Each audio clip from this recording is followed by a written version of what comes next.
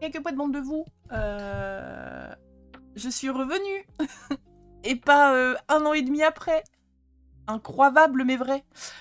Achat manga, du coup, c'était promis, chose due. Je vous ai dit que je reviendrai, je suis reviendue. Ce sera la dernière vidéo du mois, c'est une certitude. Mais voilà, le tour de mes dernières emplettes du mois. Well, j'espère que vous allez bien, bien évidemment. Let's go. Je vais commencer par ce que vous savez déjà, c'est-à-dire ce que je vous ai déjà dit la semaine dernière. Donc le tome 3 d'Au cœur de Fukushima. J'ai commencé à lire la série. Je m'attendais pas à ça, en vrai. Alors on n'est pas du tout sur un... Enfin, il y a un peu de romance, entre guillemets, d'histoire romancée. Mais on est principalement, en fait, sur des petits tips de la vie de tous les jours... pour les gens qui ont travaillé sur la réhabilitation, ou en tout cas sur le sauvetage de la zone de Fukushima. Exemple, je suis toujours sur ma lecture du tome 1, mais exemple, le narrateur, donc qui s'appelle, comme l'écrivain en fait, vous explique, comme il y a tout un chapitre qui est dédié à mon Dieu, comme c'est chiant quand on a le nez qui nous gratte sous le masque, puisque il nous explique toute la procédure pour le coup. Alors bon, on se doute que pour aller travailler sur une zone avec des résidus nucléaires et tous ces trucs-là, bon forcément vous avez une combinaison, enfin ça paraît logique pour vous protéger, mais franchement je vous jure que je ne pensais pas que c'était autant. Tout le premier chapitre du bouquin, il explique grosso merdo, comment ça se passe pour qu'ils puissent aller bosser à la centrale. En gros, vous passez un premier sas, vous avez une première combinaison à mettre, première paire de gants, paire de chaussettes et tout. Vous passez un deuxième sas, on vous file une deuxième combinaison, deuxième paire de chaussettes, deuxième paire de gants. Vous passez un troisième sas, on vous donne un boîtier qui mesure le taux de radioactivité. Et genre, quand vous êtes dans la zone, ça bip une première fois, une deuxième fois, une troisième fois, une quatrième fois. La quatrième fois, c'est que vous avez atteint votre taux journalier, il faut vous dépêcher de vous barrer. Vous avez un masque, les gants, pardon, entre la première et la deuxième gant, la première paire, c'est scotché pour pas qu'il y ait un pet d'air qui passe entre votre combinaison et les gants. Le masque, et c'est là où il en venait dans ce chapitre-là, c'est tout scotché partout pour pas qu'il y ait un pet d'air qui passe, plus la capuche de la deuxième combinaison. Et en gros, il explique, c'est tout con, mais enfin, j'avoue que quand il l'explique, ça paraît ultra logique, mais est-ce que quelqu'un s'est déjà posé la question du... comment tu fais pour te gratter le nez quand t'es en combinaison, machin? Bah non, enfin, peut-être que si, mais enfin, perso, ça m'est jamais... Je m'étais jamais posé la question, et en gros, il explique que c'est horrible, parce que, bah, tu peux pas. Juste, tu peux pas lutter contre ça... et la chaleur, bah, c'est pas possible. Il explique que l'hiver, ils crèvent de froid, ils dégoulinent de chaud sous leur combinaison, parce qu'en plus, bah... ils bossent dans des endroits qui sont hyper dangereux, donc t'as quand même la pression de pas faire de conneries, que ta combinaison, bah faut que tu fasses gaffe à pas t'accrocher dans quelque chose ou quoi. Donc déjà le stress ça donne chaud, et en plus de ça, bah, la chaleur d'avoir 2 combinaisons, 4 paires de chaussettes, machin, bidule et tout. Il explique que l'hiver c'est horrible, enfin l'été c'est catastrophique, il y a des gens qui tombent dans les pommes, et donc en gros voilà, bref c'est des petits chapitres comme ça compartimentés sur des bouts de la vie quotidienne, comme leur salle de pause, où t'as toutes les boîtes qui engagent là-bas, qui ont un petit coin de salle de pause, comment ils font pour manger, etc. Enfin franchement c'est hyper intéressant. Donc je suis sur ma lecture du tome 1, encore une fois je m'attendais pas du tout à ça, je pensais vraiment que ça allait être... romancé comme un manga entre guillemets lambda, mais c'est plus manga type manga reportage, et au final c'est hyper cool. Voilà, donc je finis ma lecture du tome 1 et j'enchaînerai avec la suite. Je me suis pris également le tome 1 de Bloody Brat. Je vous avais montré, j'avais trouvé le tome 2 la semaine dernière en occasion chez Guibert Joseph. Je me suis acheté le tome 1, comme ça j'ai la série complète. Et par rapport au tome 2, qui était très sur des mini-sketchs, bah pour le coup, le tome 1, ça a vraiment l'air d'être la suite, une espèce de petite histoire, donc c'est cool. Je suis contente, je lirai ça tranquillement un de ces quatre. C'est pas ma prio, mais je suis contente de l'avoir, comme ça boucle la série. Ensuite, qu'est-ce que je vous montre? Bon, j'ai quand même acheté 2 trottes. Donc les achats en neuf. Je me suis pris la suite, donc le tome 2 de Tokyo Babylon. Pour celles et ceux qui ne savent pas, il y a les éditions Pika qui sortent le format Clan Universe qui est calqué sur les rééditions qu'il y a au Japon. Donc là, en ce moment, il y a XXolic qui est en train d'être réédité. Ils viennent de commencer Tokyo Babylon. Logiquement, il y aura plus ou moins toutes les séries de clans pour que ça fasse voilà, uniformisé sur les étagères. Bon, les XXolic, j'ai la version originale que je trouve très jolie. Et pour le coup, je n'avais jamais vu les Tokyo Babylon. Qu'est-ce que je peux vous dire sur Tokyo Babylon? Graphiquement, c'est du clamp, je trouve ça incroyable, j'adore. Voilà, moi je suis fan, hein. Pour ceux qui ne connaissent pas comme ça de nom clan, Cardcaptor Sakura, je pense que c'est leur série la plus connue. Par contre, on est vraiment... autant graphiquement, on est vraiment sur du clan, autant sur les histoires, on est aussi clairement sur du clan des années 80, avec des pros un peu dérangeants, je trouve. En tout cas, dans le tome 1, si vous voulez, on suit 2 jumeaux, dont un qui a des pouvoirs psychiques, qui peut parler avec les morts et les exorciser. Et alors, j'ai pas tout bien compris dans le premier tome, mais visiblement, ils sont liés. Leurs familles à eux sont liées à une autre famille qui sont entre guillemets une famille qui sert la famille des exorcistes. Et en l'occurrence, eux, ils doivent avoir 15 piges. Et il y a un mec de 25-30 ans qui gravite autour d'eux, qui les aide, et qui se trouve être le fiancé d'un des 2 jumeaux.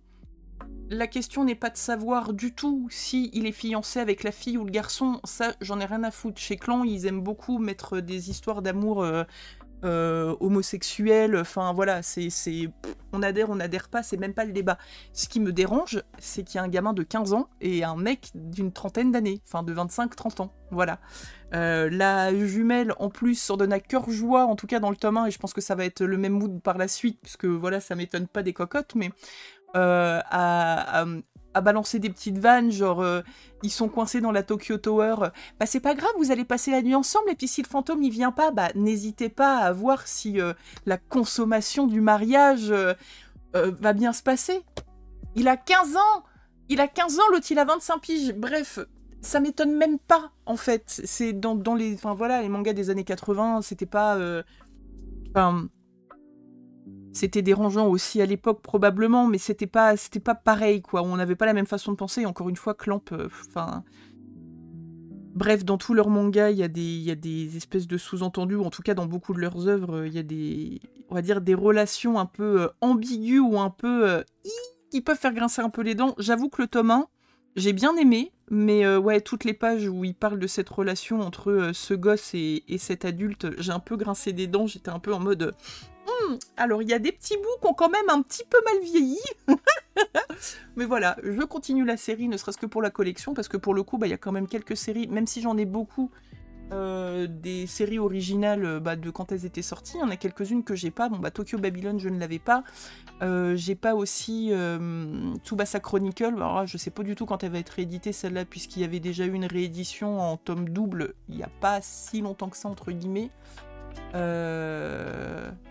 Il y a School machin, je sais plus quoi, là, que j'ai pas non plus. Enfin bref. Il y en a 3-4 que j'ai pas dans tout leur Clamp Universe. Oh, excusez-moi. Dans le Clamp Universe, il y en a quelques-unes que j'ai pas, donc voilà. Quand elles sortiront, je les ferai, parce que même, ne serait-ce que graphiquement, j'adore la patte de ce collectif. Enfin, je trouve ça trop beau. Je trouve ça juste trop beau. Elles ont vraiment une patte qui est hyper reconnaissable, quoi. Voilà. Après, je continue ma lecture de Mao, qui, pour le coup, est par l'autrice de Inuyasha, de Ranma 1/2, etc., etc. Gros mood d'Inuyasha dans Mao, puisqu'on est dans un Japon à l'ancienne, avec des yokai, avec des pouvoirs magiques, avec... mais j'aime bien. J'aime bien. Je suis en train de lire Inuyasha en même temps, mais ça va, j'arrive à ne pas confondre les deux séries, donc c'est ok. Mais c'est vraiment... on est vraiment sur un mood Inuyasha tier, hein. J'aime bien.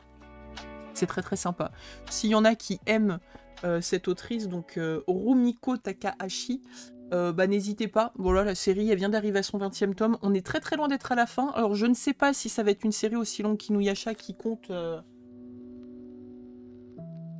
beaucoup de tomes. Pour vous dire, les Inuyasha font toute une de mes étagères. Mais en tout cas, c'est très très sympa et l'histoire elle est vraiment bien développée, les personnages aussi, et on a juste envie de savoir la suite. C'est très très cool. En neuf, je me suis aussi procuré, bon je l'ai pas ouvert encore, mais je le ferai soon, le tome 13 de la réédition de Beck, Beck Mongolian Shop Squad. Pour ceux qui connaissent pas Beck, mais en fait, regardez l'animé, il a pris un sacré coup dans l'aile, mais la musique, elle est toujours aussi cool. C'est sur un mec complètement lambda qui va rencontrer un mec qui est pas du tout lambda, qui veut former un groupe de musique et qui va se retrouver à apprendre à jouer de la gratte. Il a une voix qui est incroyable, du coup, il va se retrouver au chant et à la gratte. Et c'est très très cool, c'est la montée du groupe dans les charts. Comment ils font pour faire des concerts, comment ils font pour se faire labelliser, sortir un CD, etc. Tous les gros cons qui peuvent se mettre au travers de leur chemin. Enfin, c'est vraiment très sympa sur l'industrie de la musique. Et en plus de ça, il y a masse ref dedans à des rockers IRL, quoi. Enfin, il y a des refs à Queen, il y a des refs à Led Zepp, il y a des refs à Jimi Hendrix, il y a des refs à Michael Jackson. Enfin, vraiment, c'est très très cool. Moi, j'aime beaucoup. Puis vu que j'écoute beaucoup de rock, j'avoue que je me délecte dans les dernières pages. Attendez, je vais l'ouvrir. Ça, je vais pouvoir vous montrer. Dans les dernières pages, il y a toujours des petits...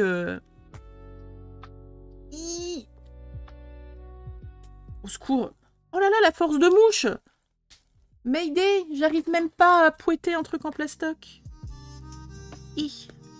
Dans les dernières pages, il y a toujours des moments où il parle justement soit des guitares... Je vais éviter de faire une rate. Bah, voilà, bravo, bravo K.O. Bravo le veau. Il parle toujours des grattes ou des instruments où ils font référence à des groupes de musique ou des musiciens... ils parlent des albums, pareil, parce que souvent ils disent ah bah t'as écouté quoi comme album machin, ah t'es en référence à tel album, telle chanson de truc machin. Bon, des fois je suis clairement pas assez érudit pour me souvenir de tous les titres, tous les machins, donc voilà, ils font un petit lexique à la fin et c'est très très sympa. Hop, voilà, ils appellent ça le Beck Music Guide Trax 3. Donc là, ce sera sur la musicologie de Beck. Je trouve ça trop cool. Donc là, sur celui-là, on aura les albums, le son, la poésie, 2 morceaux incontournables pour les femmes de Beck. C'est trop cool. Woodstock des années 80, le Woodstock des années 90, la mort de l'alternative. Enfin voilà, c'est vraiment, ça parle de plein de trucs différents, de sujets de musique différentes, et je trouve ça vraiment trop bien. Paf. Et en plus, bon, c'est petit goodies à la con, mais je trouve ça sympa. Je crois que c'est le 3e ou le 4e qu'on a là. Donc ils vont aller rejoindre, ils sont là. Vous les voyez. Hop là. Ça va être lu très rapidou parce que ça j'aime beaucoup. Graphiquement, on est vraiment sur un truc à l'ancienne. Hein. Mais j'aime trop. Enfin, ça colle de zinzin avec le manga en fait. C'est juste, je vous jure, ce manga est vraiment trop bien. C'est trop cool. Ça parle de rap, ça parle de jazz, ça parle de rock, enfin... J'aime trop les mangas de musique. Un peu frustrant parce que du coup, on n'a pas le son à proprement parler dans les oreilles, mais c'est trop bien. Hop là, la suite. Alors celle-là, je pense pas qu'on en ait déjà parlé. Je crois pas que je l'avais commencé à l'époque... Enfin, avant que je finisse les vidéos. Kemono Incident. Qu'est-ce que c'est ça? Kemono Incident, c'est un manga qui va parler de ghouls, qui va parler en gros d'humanoïdes. Comment dire? On est dans un espèce de monde où vous avez les humains, entre guillemets, lambda, genre vous, moi, voilà. Et vous avez les kemonos. Les kemonos, c'est des humains qui sont mixés avec des animaux. En gros, vous allez avoir... vous trouve un exemple random. Voilà, vous allez avoir par exemple le clan des renards, où vous allez avoir des humains avec des oreilles, des queues, machin, mixés avec des renards et qui peuvent se changer en renards. Vous allez avoir les kémonos, il y en a un c'est un kémono araignée, il y en a autre c'est kémono femme des neiges, et du coup tous ceux qui vont être des kémonos, il y a une espèce de guéguerre entre eux et les humains, sauf qu'il y a Inari, je crois que c'est Inari ou elle la méchante. Bref, une Jacqueline du clan des renards qui s'est fait embaucher à la tête de l'État et qui, par le biais de gemmes, va pouvoir contrôler l'esprit de certains kémonos et de certains humains. Voilà, en gros. Et la quête du personnage principal qui, lui, est une goule, donc mi-humain, mi-mort. Je suis toujours aussi bonne pour pitcher les mangas. Hein. En gros, lui va se retrouver dans une quête où il va essayer de retrouver toutes les gemmes pour pouvoir sauver les kémonos et sauver les humains aussi par la même occasion. Il va être aidé par plein d'autres kémonos, le clan des Tanuki qui est très très cool, qui peuvent, comme dans toutes les légendes, se transformer en plein de trucs, c'est très sympa. Il va être aidé par un vampire. Lisez Kemono Incident, c'est très cool. Voilà, on est sur du shoujo, il y a de la baston, il y a des clans, il y a tout plein de trucs, les dessins sont très sympas. Ok, je viens de tomber sur un plan cul. Oh, yes. Il y a des persos que je connais pas, mais c'est très très très cool. J'essaye de vous trouver une planche, moi j'aime bien toutes les planches, mais... Une planche qui pourrait vous donner envie. Je pourrais vous montrer la planche du plan cul, mais... Est-ce que Twitch il va apprécier Twitch, YouTube, bon bref, je vous montre. Ou par exemple, voilà, c'est plus cette planche là que je trouve jolie. Ah, on voit son gros fiac de l'autre côté. Voilà. Elle, je sais pas, c'est une Kemono quoi.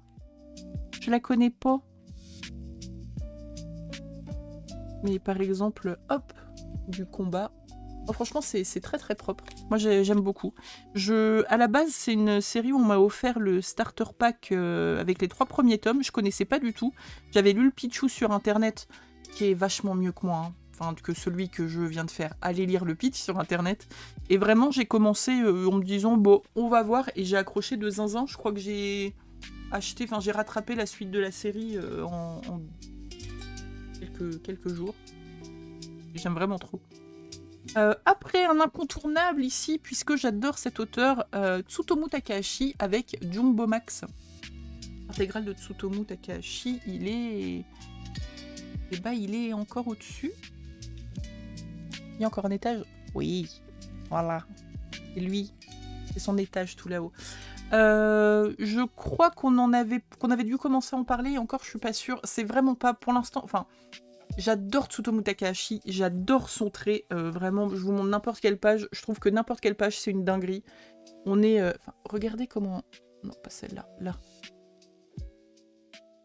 J'ai l'impression d'être dans un carnet de croquis, en fait, à chacune de ces... à chaque planche. Je sais pas comment vous dire, je suis vraiment fan de zinzin. Enfin, regardez les décors, quoi. Ici, t'as l'impression que c'est de la peinture, aquarelle et tout. Je suis absolument fan du travail de ce mec-là niveau visuel. Par contre, alors l'histoire, j'ai beaucoup plus de mal à rentrer dans cette histoire-là que dans toutes les autres œuvres de lui que je possède. C'est pas mauvais, hein, plus très clairement, je suis personne pour prétendre qu'une œuvre est mauvaise ou pas, mais je sais pas, j'ai vraiment plus de mal. L'histoire est cool en soi, on suit... comment il s'appelle ?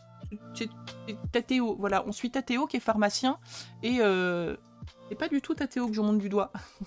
On suit Tateo, pardon, qui est pharmacien et qui a des problèmes d'érection. Il n'a jamais pu avoir de rapport sexuel parce que il a jamais réussi à faire déplier son parasol.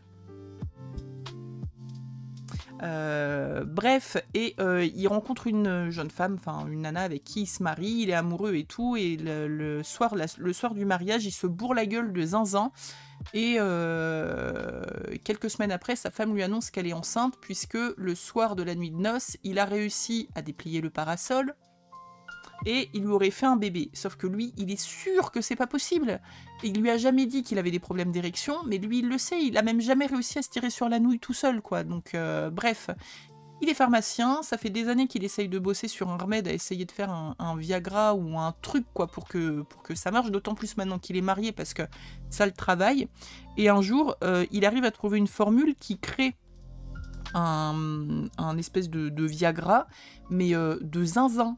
Genre tellement de zinzin que il l'essaye, il a la gaule pendant 15 jours, enfin une singerie, et il fait tester ça à des gens autour de lui qui viennent à la pharmacie au début et qui peuvent lui dire que ils ont des problèmes d'érection aussi, si bien que de bouche à oreille, le médicament, enfin, qui s'apparente à une drogue, parce qu'il y a des effets aussi où les gens ils viennent un peu genre complètement hystériques.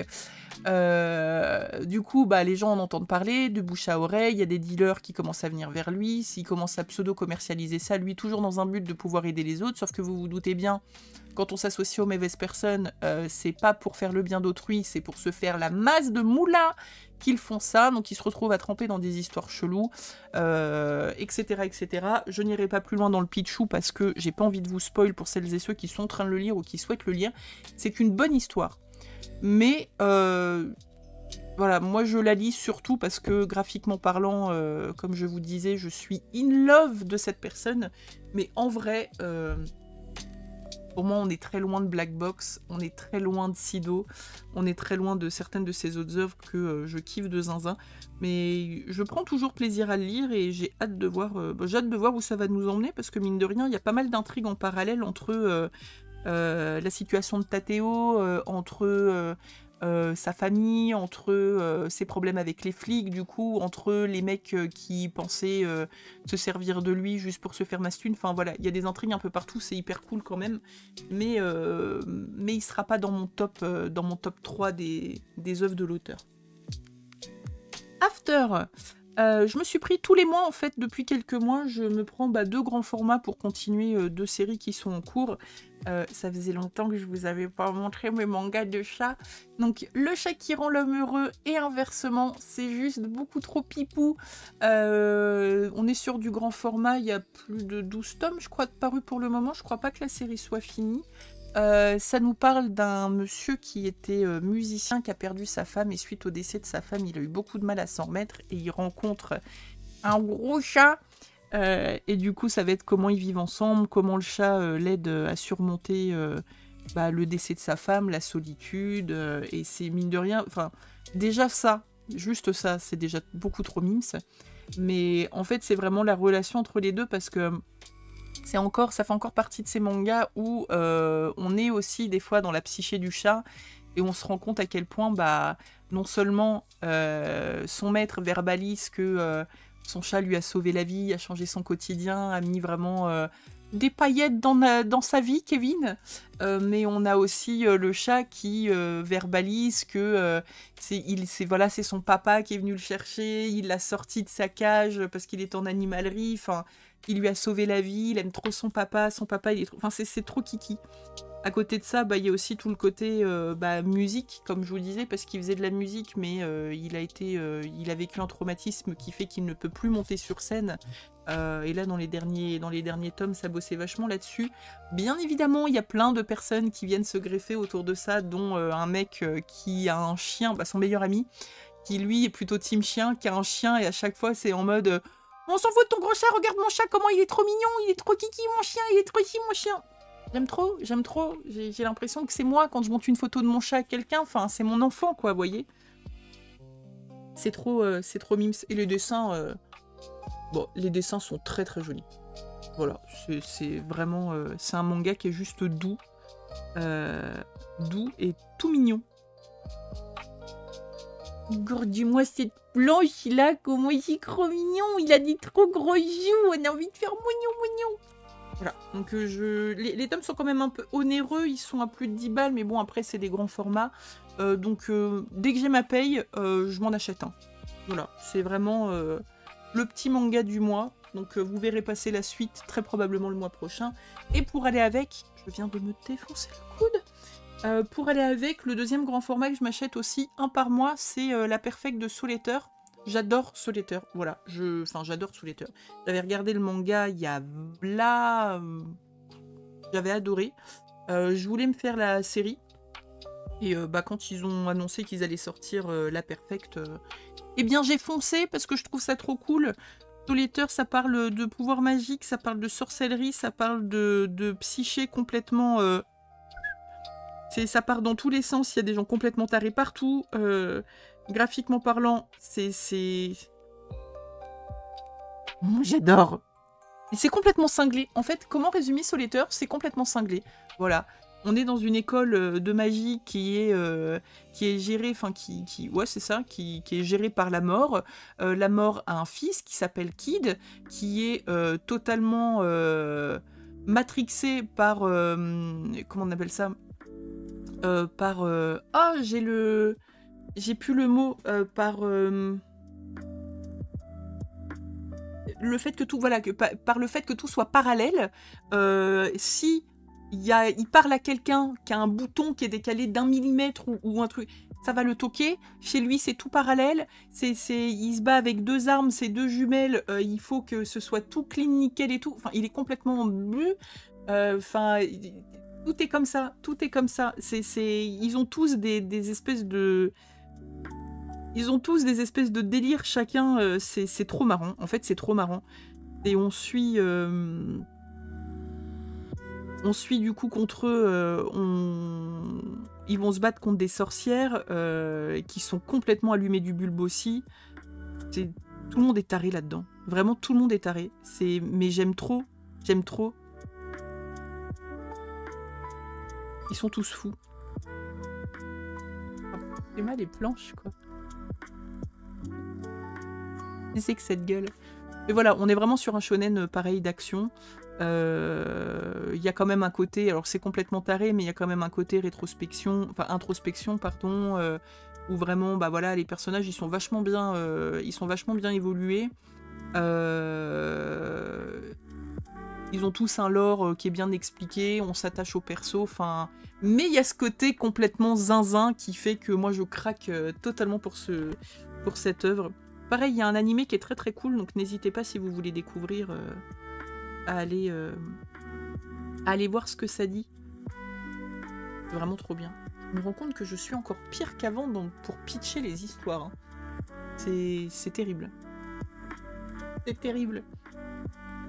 Avant de faire le dernier, je me suis fait un petit truc d'occasion sur Vinted. Je me suis pris une intégrale pour 6 €.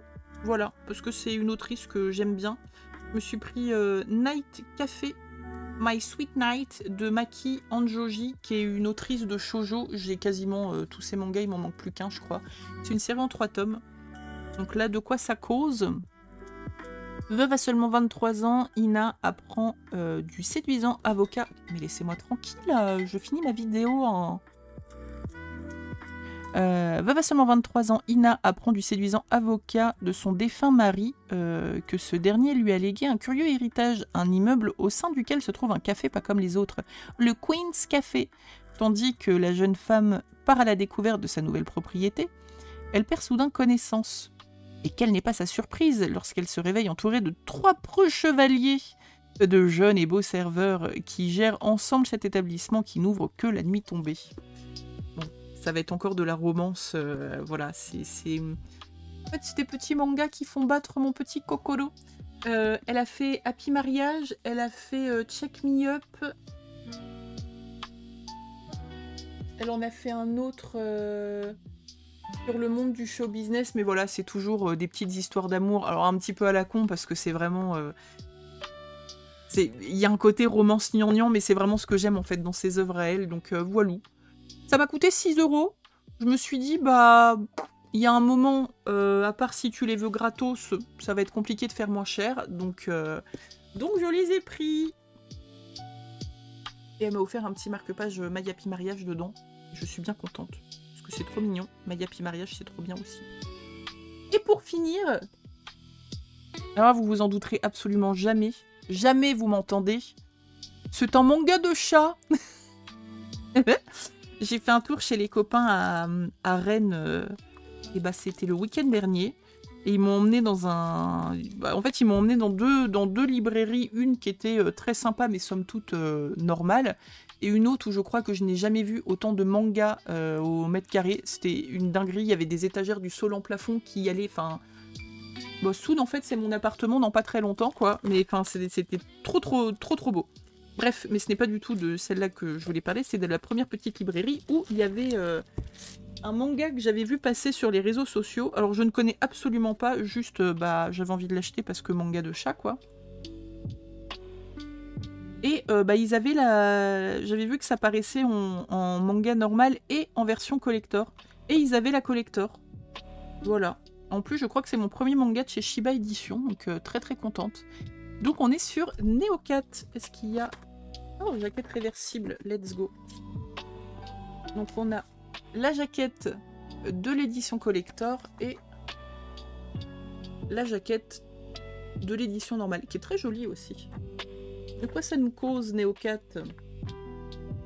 Les chats du futur sont parmi nous. Bien que maintenant ils sont dotés de la parole et marchent comme les humains, ils sont restés nos compagnons de vie préférés.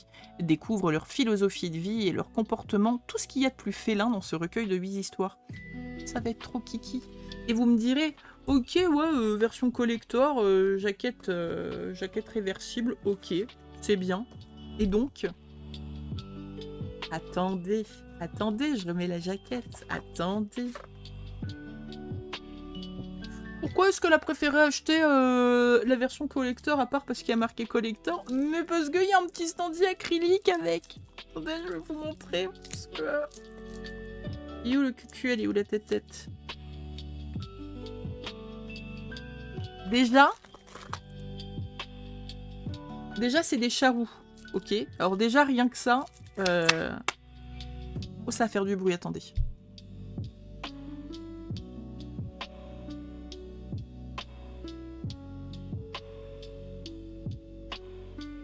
Regardez. Là. Oh, il est épais de zinzin.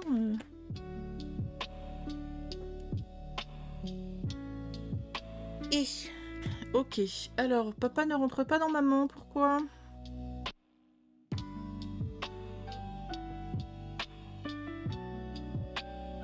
Papa est rentré dans maman. Et en fait, on a un petit standy acrylique avec les petits charous qui sont en train de se taper un petit casse-dalle. Oh, le focus, s'il te plaît. Oui? Oh oui, c'est trop bien. Voilà, la version collector coûtait 2 € de plus. Bah, pour 2 €, j'ai une jaquette alternative avec plein de petits charous. Et, et des 4 roues en costard qui se font à casse-dalle. Je trouve ça trop kiki. Voilà. Voilà. Voilà. J'avais pas prévu de l'acheter spécialement tout de suite. Encore moins en version collector. Mais je suis tombée là-dessus. Je me suis dit, bien écoute, One Life en fait. Donc voilà. Non, vraiment, elle est trop cool en plus, la jaquette. Et puis des charous, s'il vous plaît, des charous. Ils sont trop mignons.